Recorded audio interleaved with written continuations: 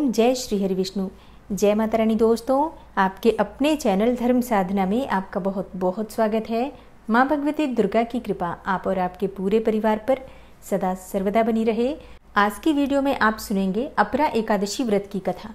दोस्तों, ज्येष्ठ मास की कृष्ण पक्ष की एकादशी अपरा एकादशी के नाम से जानी जाती है और इस एकादशी को अचला एकादशी भी कहा जाता है और 15 मई 2023 को अचला या अपरा एकादशी का व्रत किया जाएगा।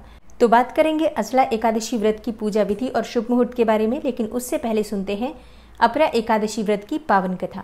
युधिष्ठिर कहने लगे कि हे भगवान, ज्येष्ठ मास की कृष्ण पक्ष की एकादशी का नाम क्या है तथा उसका महात्म्य क्या है, सो कृपा करके कहिए। भगवान श्री कृष्ण कहने लगे कि हे राजन, यह एकादशी अचला तथा अपरा दो नामों से जानी जाती है। पुराणों के अनुसार ज्येष्ठ मास की कृष्ण पक्ष की एकादशी अपरा एकादशी है, क्योंकि यह अपार धन देने वाली है। जो मनुष्य इस व्रत को धारण करते हैं वो संसार में प्रसिद्ध हो जाते हैं। इस दिन भगवान त्रिविक्रम की पूजा की जाती है। हे युधिष्ठिर, अपरा एकादशी व्रत के प्रभाव से ब्रह्म हत्या, भूत योनि, दूसरे की निंदा आदि के सब पाप दूर हो जाते हैं। इस व्रत के करने से पर स्त्री गमन, झूठी गवाही देना, झूठ बोलना, झूठे शास्त्र पढ़ना या बनाना, झूठा ज्योतिषी बनना तथा झूठा वैद्य बनना आदि सब पाप नष्ट हो जाते हैं। जो क्षत्रिय युद्ध से भाग जाएं वे नरकगामी होते हैं, परंतु अपरा एकादशी का व्रत करने से वे भी स्वर्ग को प्राप्त हो जाते हैं। और हे युधिष्ठिर, जो शिष्य गुरु से शिक्षा ग्रहण करते हैं फिर उन्हीं की निंदा करते हैं वे अवश्य ही नरक में पड़ते हैं, मगर अपरा एकादशी का व्रत करने से वे भी इस पाप से मुक्त हो जाते हैं। जो फल तीनों पुष्कर में कार्तिक पूर्णिमा को स्नान करने से या गंगा तट पर पितरों को पिंडदान करने से प्राप्त होता है, वही फल अपरा एकादशी का व्रत करने मात्र से प्राप्त हो जाता है। मकर के सूर्य में प्रयागराज के स्नान से, शिवरात्रि का व्रत करने से, सिंह राशि के बृहस्पति में गोमती नदी के स्नान से, कुंभ में केदारनाथ के दर्शन या बद्रीनाथ के दर्शन से, सूर्य ग्रहण में कुरुक्षेत्र के स्नान से तथा स्वर्ण दान करने से अथवा अर्ध प्रसूता गौदान से जो फल प्राप्त होता है वही फल अपरा एकादशी के व्रत से प्राप्त हो जाता है। यह व्रत पाप रूपी वृक्ष को काटने के लिए कुल्हाड़ी के समान है, पाप रूपी ईंधन को जलाने के लिए अग्नि के समान है, पाप रूपी अंधकार को मिटाने के लिए सूर्य के समान और मृगों को मारने के लिए सिंह के समान है। अतः मनुष्य को पापों से डरते हुए इस व्रत को अवश्य करना चाहिए। अपरा एकादशी का व्रत तथा भगवान का पूजन करने से मनुष्य सब पापों से छूटकर विष्णु लोक को जाता है। इस प्रकार अपरा एकादशी का महात्म्य बताने के बाद भगवान श्री कृष्ण युधिष्ठिर से बोले, हे युधिष्ठिर, अब मैं तुम्हें अपरा एकादशी की एक प्राचीन कथा सुनाता हूँ, तुम ध्यान पूर्वक सुनो। इसकी प्रचलित कथा के अनुसार प्राचीन काल में महिध्वज नाम का एक धर्मात्मा राजा था, लेकिन उसका छोटा भाई वज्रध्वज बड़ा ही क्रूर, अधर्मी तथा अन्यायी था। वह अपने बड़े भाई से द्वेष रखता था।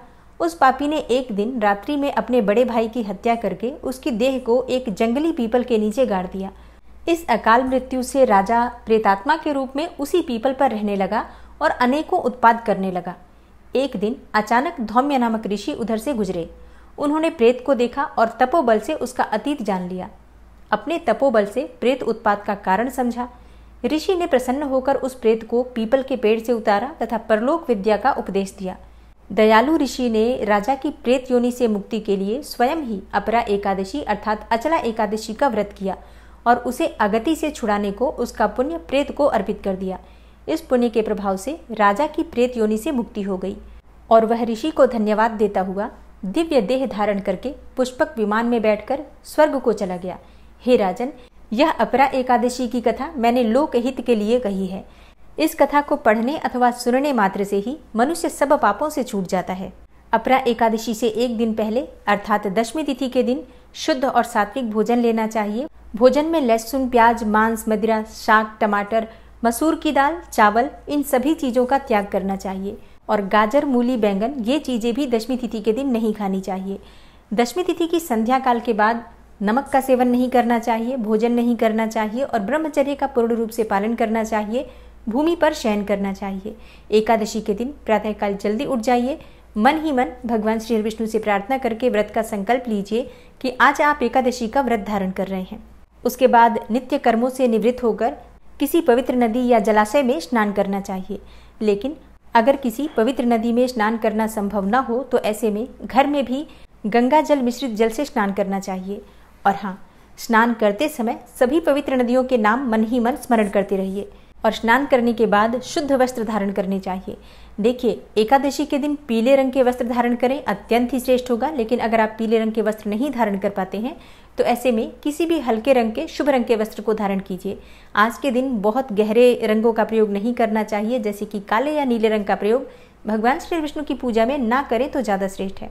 और स्नान करने के बाद साफ स्वच्छ वस्त्र धारण करके सबसे पहले भगवान सूर्यदेव को जल अर्पित कीजिए। उसके बाद अपने घर के मंदिर में भगवान श्री विष्णु की विधि विधान से पूजा करनी चाहिए।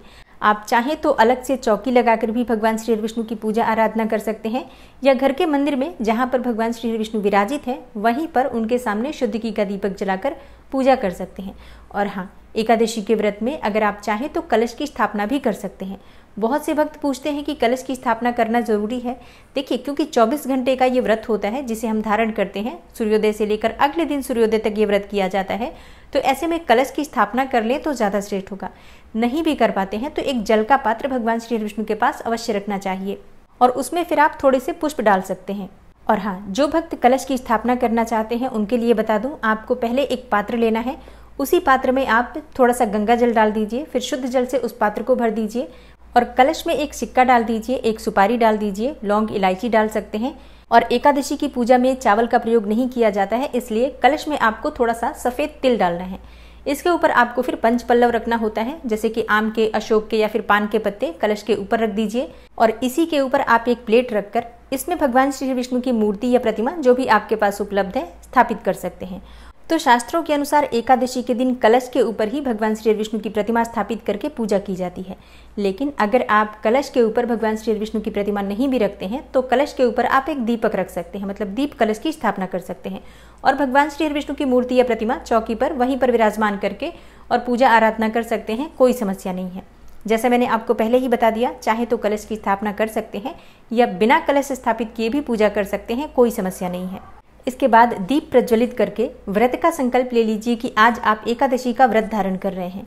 व्रत में पूजा पाठ में जाने अनजाने कोई गलती हो जाती है, उसके लिए क्षमा प्रार्थना कर लीजिए। और अगर आप किसी मनोकामना से ये व्रत धारण कर रहे हैं तो आप अपनी मनोकामना भगवान श्री विष्णु से कर सकते हैं। वैसे ये व्रत अगर आप निष्काम भाव से करें तो ज़्यादा श्रेष्ठ होता है। इसके बाद विधि विधान से भगवान श्री विष्णु की पूजा आराधना कर लीजिए। जैसे कि अगर आपके पास विग्रह है तो आप उनका अभिषेक कर सकते हैं।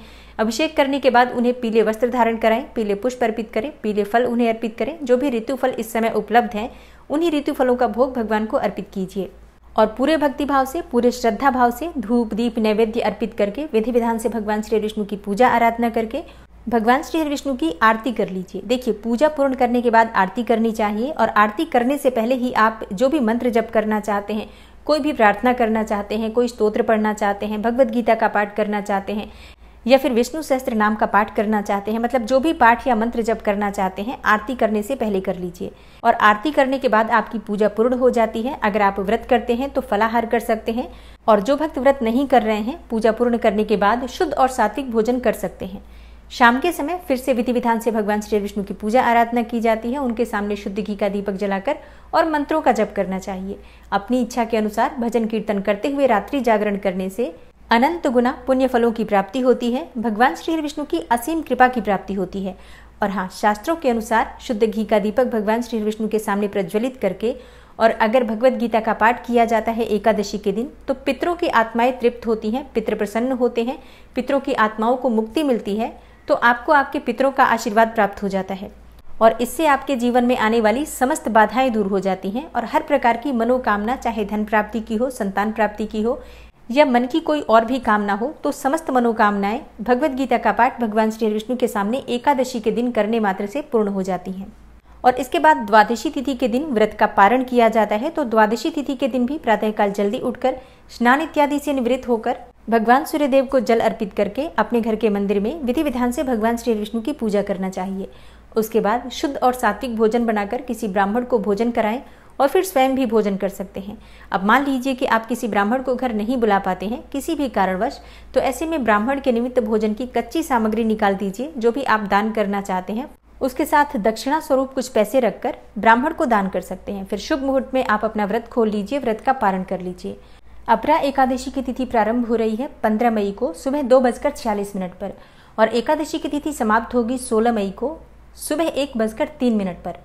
तो ऐसे में 15 मई को सोमवार को अपरा एकादशी का व्रत धारण कर रहे हैं और द्वादशी तिथि में ही व्रत का पारण किया जाता है। तो द्वादशी तिथि प्रारंभ हो रही है 16 मई को सुबह 1:03 पर और समाप्त होगी 16 मई की रात्रि में 11:36 पर। 16 मई को हरिवासर की समाप्ति का समय रहेगा सुबह 6:41 पर और सूर्योदय काल का समय रहेगा सुबह 5:40 पर। तो व्रत खोलने का यानी कि एकादशी व्रत के पारण करने का शुभ मुहूर्त है 16 मई को सुबह 6:41 से सुबह 8:13 तक। तो वैसे तो पूरा प्रयास करना चाहिए कि इसी शुभ मुहूर्त में हम अपना व्रत खोल लें, लेकिन किसी भी कारणवश अगर आप इस शुभ मुहूर्त में अपना व्रत नहीं खोल पाते हैं तो इस समय में आप क्या कीजिए, थोड़ा सा तुलसी का पत्ता और जल लेकर और उसे ग्रहण कर लीजिए और फिर सुबह 10:30 बजे तक भी आप अपना व्रत खोल सकते हैं। और हाँ, जो भक्त सुबह के समय व्रत नहीं खोल पाते हैं, क्योंकि द्वादशी तिथि इस बार रात्रि में 11:36 पर समाप्त होगी, तो पूरे दिन की द्वादशी है, लेकिन दोपहर में कभी भी व्रत नहीं खोला जाता है, इसलिए प्रयास कीजिए कि सुबह 10:30 बजे तक व्रत खोल लें। और अगर आप सुबह नहीं खोल पाते हैं तो ऐसे में 2 बजे से 5 बजे तक आप अपना व्रत खोल सकते हैं। तो दोस्तों, ये है आज की वीडियो जिसमें व्रत कथा और पूजा विधि से संबंधित संपूर्ण जानकारी मैंने आपसे शेयर की है। उम्मीद करती हूँ आपके लिए उपयोगी होगी। और हाँ, अगर आप प्रदोष व्रत के बारे में जानना चाहते हैं, अमावस्या के बारे में जानना चाहते हैं तो आने वाली वीडियो ज़रूर देखिए। मिलती हूँ मैं आपसे अगली वीडियो में, तब तक के लिए नमस्कार।